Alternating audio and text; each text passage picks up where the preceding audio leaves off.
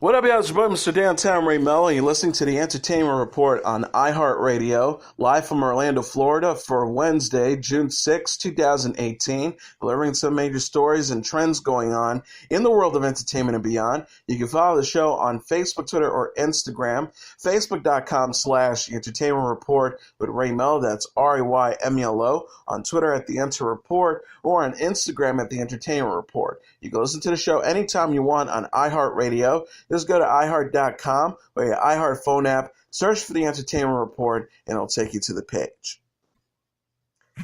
Kate Spade, the namesake of a fashion brand whose handbags were the status symbol of a generation, died Tuesday in New York City, police said. She was 55. She was found unresponsive at her Park Avenue home on the Upper East Side, police say. Paramedics on the scene pronounced her dead at 10:26 a.m. She left a note. New York Chief of Detective Dermot Shea told the New York Times it appears at this point in time to be a tragic case of apparent suicide. It is early in the investigation. Law enforcement sources told NBC News 4 a housekeeper found Spade hanged from a scarf. The circumstances surrounding her death were under investigation. Council of Fashion Designers of America President Steve Kolb and Chairman Diane von Furstenberg issued a joint statement saying they were, quote, devastated by the news. They said she was a great talent who had an immeasurable impact on American fashion and the way the world viewed American accessories. Born Catherine Noel Brosnahan in 1962, she grew up in Kansas City before attending journalism school at Arizona State University. There she met her future husband, Andy Spade, the brother of actor David Spade. Spade got her start in the fashion industry with Mademoiselle magazine, first as an assistant fashion editor and later as accessories editor. Frustrated by over-accessorized bags at the time, she founded Kate Spade New York in 1993 with Andy Spade. She told the Times in 1999, I want a functional bag that was sophisticated and had some style. The company grew to include clothing, stationery, shoes, and perfume, and Neiman Marcus bought 56% of the company for $33.6 million in 1999. Spade left Kate Spade New York in 2007 and launched a new fashion brand, Frances Valentine, in 2016. Coach bought the company, which now consists of more than 140 retail locations and outlets, stores in the United States, and 175 internationally. In 2017 for $24 billion and changed its name to Tapestry. The company called her a visionary in a post on Twitter. The post says, our thoughts are with her family at this incredibly heartbreaking time. We honor all the beauty she brought into this world. Spade is survived by her husband Andy and their daughter Frances. She was 55. Haley Steinfeld discovers that her car is a Transformer in the first teaser trailer for the upcoming origin film Bumblebee. The clip, released Tuesday, takes place in 1987 before the original Transformer films take place and features Steinfeld meeting Bumblebee after the robot disguises himself as her Volkswagen Beetle. The trailer states, as Bumblebee is seen in action and learning to become a hero as he stops a crashed helicopter, every adventure has a beginning. WWE superstar John Cena, who also stars in the film, is featured briefly as a military-type character. Seinfeld says to Bumblebee, you got people out there who need you. This is why you're here, B. Bumblebee, from director Travis Knight, is set to be released in theaters this Christmas. Jorge Lendenberg Jr., John Ortiz, Jason Drucker, Pamela Adlon, and Steven Schneider are also set to star in the movie. Halle Berry has looks that could kill in a new teaser image for Lionsgate's next entry in Keanu Reeves' action series John Wick Chapter 3. The official Twitter account for John Wick released a photo of Berry's character Sophia on Monday. The upcoming sequel is set to hit theaters on May 17, 2019. Berry is seen in the image wearing an all-black outfit complete with leather pants and high heels. The actress is also accompanied by two dogs. The image on Instagram reads, a woman on a mission at Halle Berry Sophia in hashtag John Wick 3. Berry also posted the image on Instagram writing, walking into Monday like. John Wick Chapter 3 from director Chad Stahelski will follow Reeves' titular hitman as he deals with the number of deadly assassins because the $14 million price tag was put on his head following the events of the second film. Angelica Houston, Asia K. Dillon, Mark Dacascos, Jason Mantzoukas, Ian McShane, Lance Reddick, and Lawrence Fishburne also star in the movie. Ralph and Vanellope von Schweetz visited a Disney-themed website that includes the Disney princesses and Star Wars, among other properties, in a new trailer for the upcoming animated sequel, Ralph Breaks the Internet, Wreck-It Ralph 2. The clip released Monday follows Ralph, played by John C. Reilly, and Vanellope, played by Sarah Silverman, entering into the vast world of the Internet for the first time and taking the sights of sounds of websites such as Amazon, Twitter, Snapchat, Facebook, YouTube, and Google. Vanellope, upon coming across a search bar, is taken to Oh My Disney, which is home to all the Disney franchises, including Marvel, Pixar, The Muppets, and more. Stormtroopers from Star Wars chase off Vanellope, which lands her in a room full of all of the princesses, including Belle, Tiana, Aurora, Cinderella, Mulan, Elsa, Anna, Rapunzel, Ariel, Pocahontas, Moana, Jasmine, and Snow White. Rapunzel, played by Mandy Moore, asks Vanellope to see if she is a princess. She says, "Do you people assume all your problems get solved because a big, strong man show up?" She responds, "Yes, what is up with that?" Ralph Break the Internet, Wreck-It Ralph 2, from director Rich Moore and Phil Johnson, is set to arrive in theaters on November 21st. The sequel will feature Ralph and Vanellope as they attempt to find a replacement part to save Vanellope's video game, Sugar Rush. Bricksburg is now a post-apocalyptic wasteland like the one seen in Mad Max in the first trailer for the upcoming animated sequel, The Lego Movie 2, the second part. The clip released Tuesday features returning character Emmett, played by Chris Pratt, who, despite having to deal with horrible living conditions, continues to have a positive outlook on life, much to the dismay of Lucy, played by Elizabeth Banks. After an alien visitor comes and kidnaps Lucy, Emmett forms a team that will also include Lego Batman, played by Will Arnett, in order to go rescue her. The gang then soon find themselves entering into deep space. The synopsis reads that Lego Movie 2, the second part, reunites the heroes of Bricksburg in a new action-packed adventure to save their beloved city. It's been 5 years since everything was awesome, and the citizens are facing a huge new threat: Lego Dulupo invaders from outer space, wrecking everything faster than they can rebuild. It continues the battles to defeat them and restore harmony to the Lego universe. Will take Emmett, Lucy, Batman, and their friends to faraway, unexplored worlds, including a strange galaxy where everything is a musical. It will test their courage, activity, and master-building skills, and reveal just how special they are. Original directors Phil Lord and Chris Miller are producing the sequel, with Trolls Hemmer Mike Mitchell directing from a script by BoJack Horseman creator Raphael Bob Waxberg and Mike Figel. Tiffany Haddish is also voicing a character in the film alongside Channing Tatum as Superman and Jonah Hill as Green Lantern. The Lego Movie 2, the second part, will arrive in theaters on February 8, 2019. Charlize Theron and Chloe Grace Moretz have joined the vocal ensemble of the animated movie The Addams Family, MGM announced Tuesday. The actresses will play the vampirish Morticia and Morbid Wednesday in the film, which is being directed by Conrad Vernon and Greg Tiernan. Oscar Isaac is set to play Gomez Adams, while Finn Wolfhard is to play Pugsley. Nick Kroll will play Uncle Fester. Bette Miller will play Grandmama, and Allison Janney will play the family's arch nemesis, Margot Nieder. The film is set for release on October 11th, 2019. Oscar-winning writer-director Barry Jenkins has signed on to helm all 11 episodes of The Underground Railroad. The Amazon Prime Video series is based on the Colson Whitehead's Pulitzer Prize-winning novel about slavery in 19th century America. No casting has been announced yet. Jenkins said in a statement Tuesday, working with Amazon and a wonderful group of screenwriters to develop Colson's novel into a limited series has been an extremely rewarding experience. Translating his singular voice into a cohesive and equally singular vision language is a task I very much look forward to. Jennifer Salk, the head of Amazon Studios, said it's an absolute gift to have Barry Jenkins commit to directing all the episodes of our upcoming limited series, The Underground Railroad. Barry's eye for character and sustained exhilarating emotional storytelling style ensures that this project is in the right hands. We can't wait to get started and bring this significant story to our prime audience. Jenkins helmed Moonlight, the winner of the 2017 Best Picture Oscar, Best Adapted Screenplay, and Best Supporting Actor.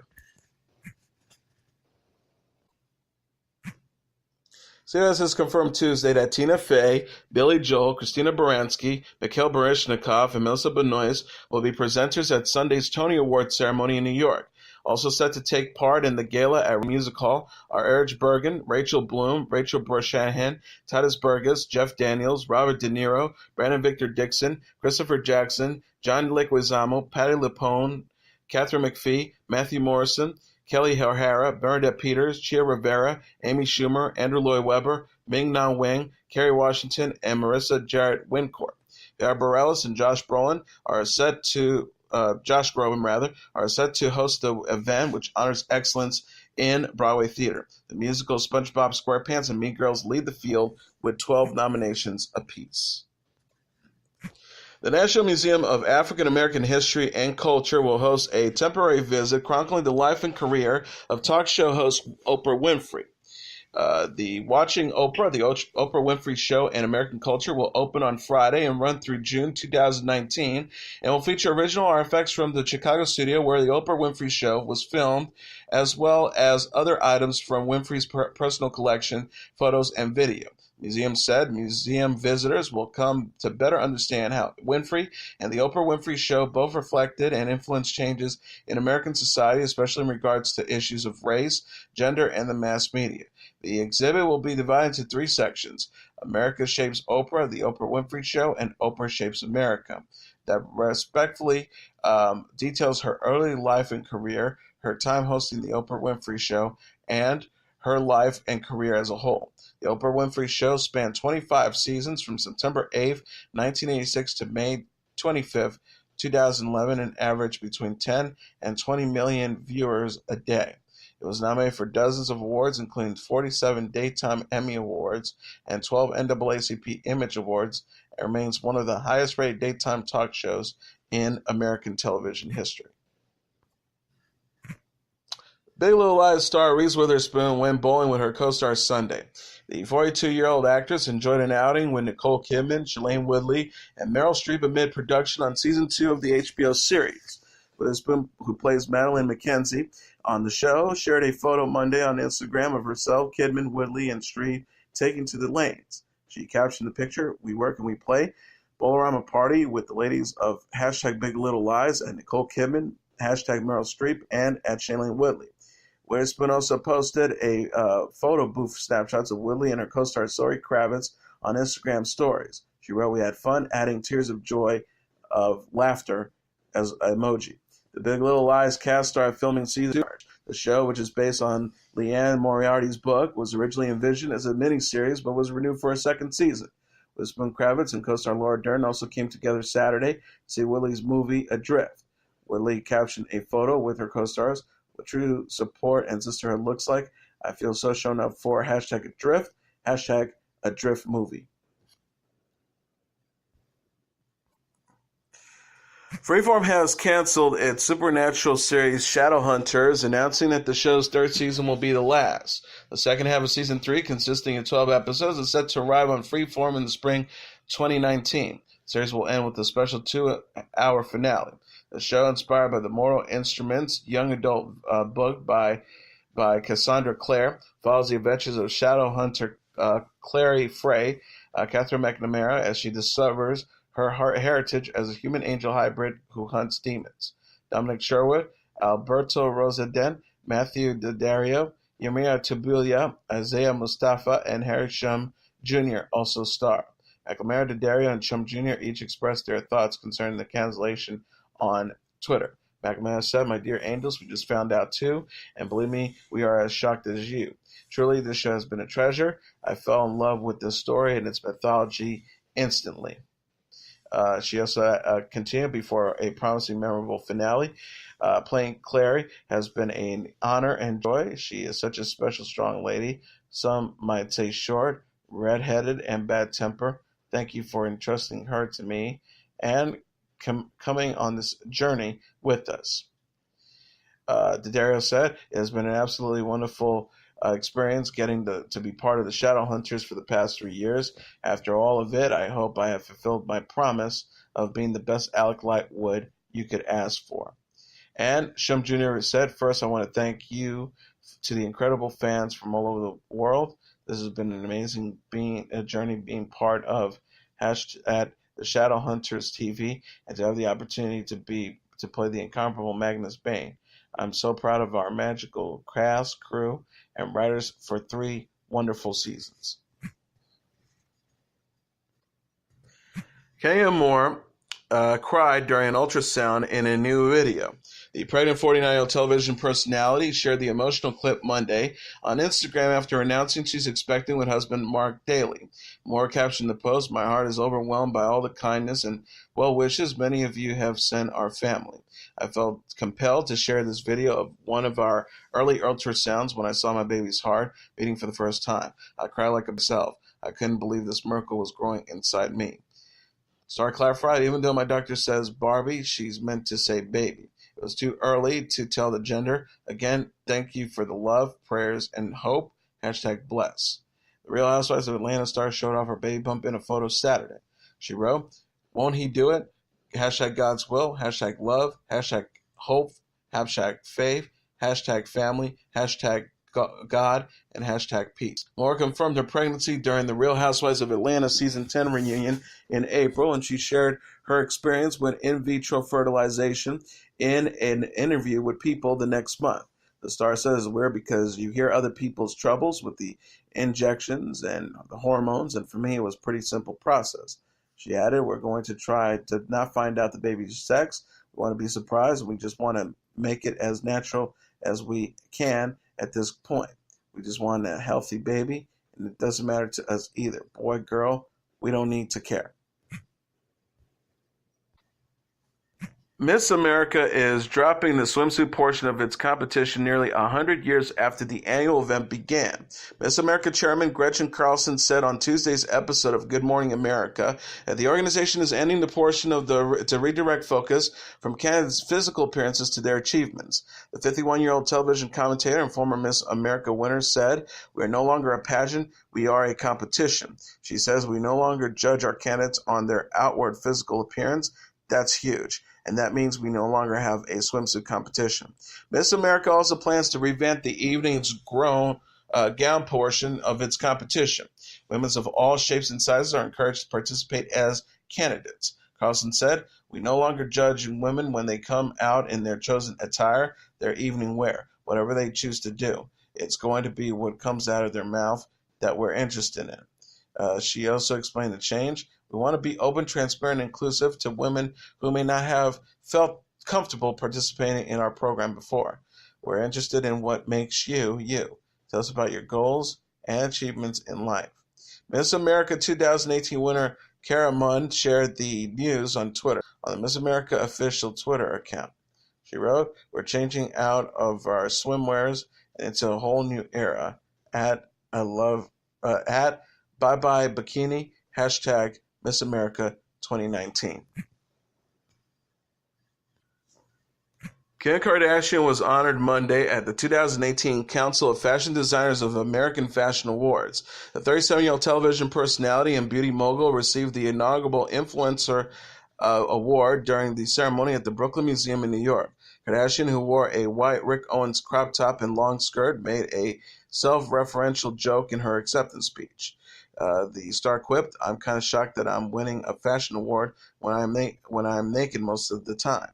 But this is seriously such an honor, so thank you to the CFDA for this award."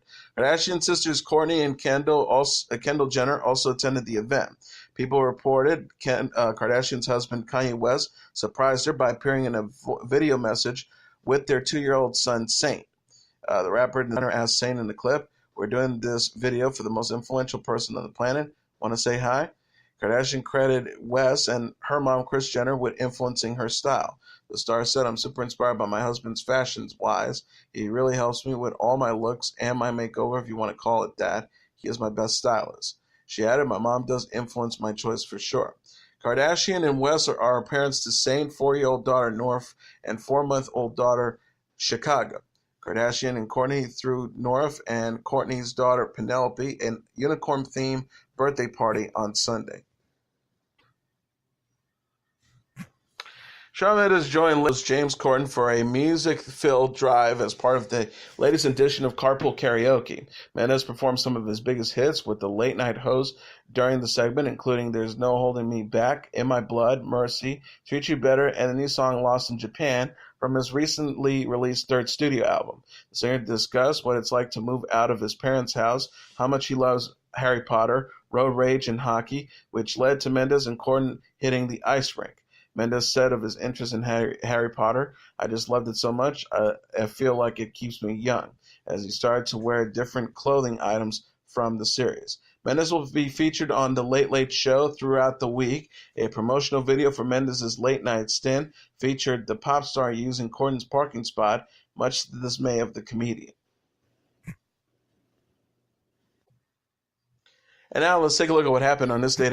On this date in 1971, the Ed Sullivan Show airs for the very last time. Sunday nights, 8 p.m., CBS. Ask almost any American born in the 1950s or earlier what television program ran in that time slot on the network, and they'll probably know the answer: the Ed Sullivan Show. For more than 2 decades, Sullivan's variety show was the premier television showcase for entertainers of all strips, including Borscht Belt comedians, plate-spinning vaudeville throwbacks, and, most significantly, some of the biggest and most current names in rock and roll.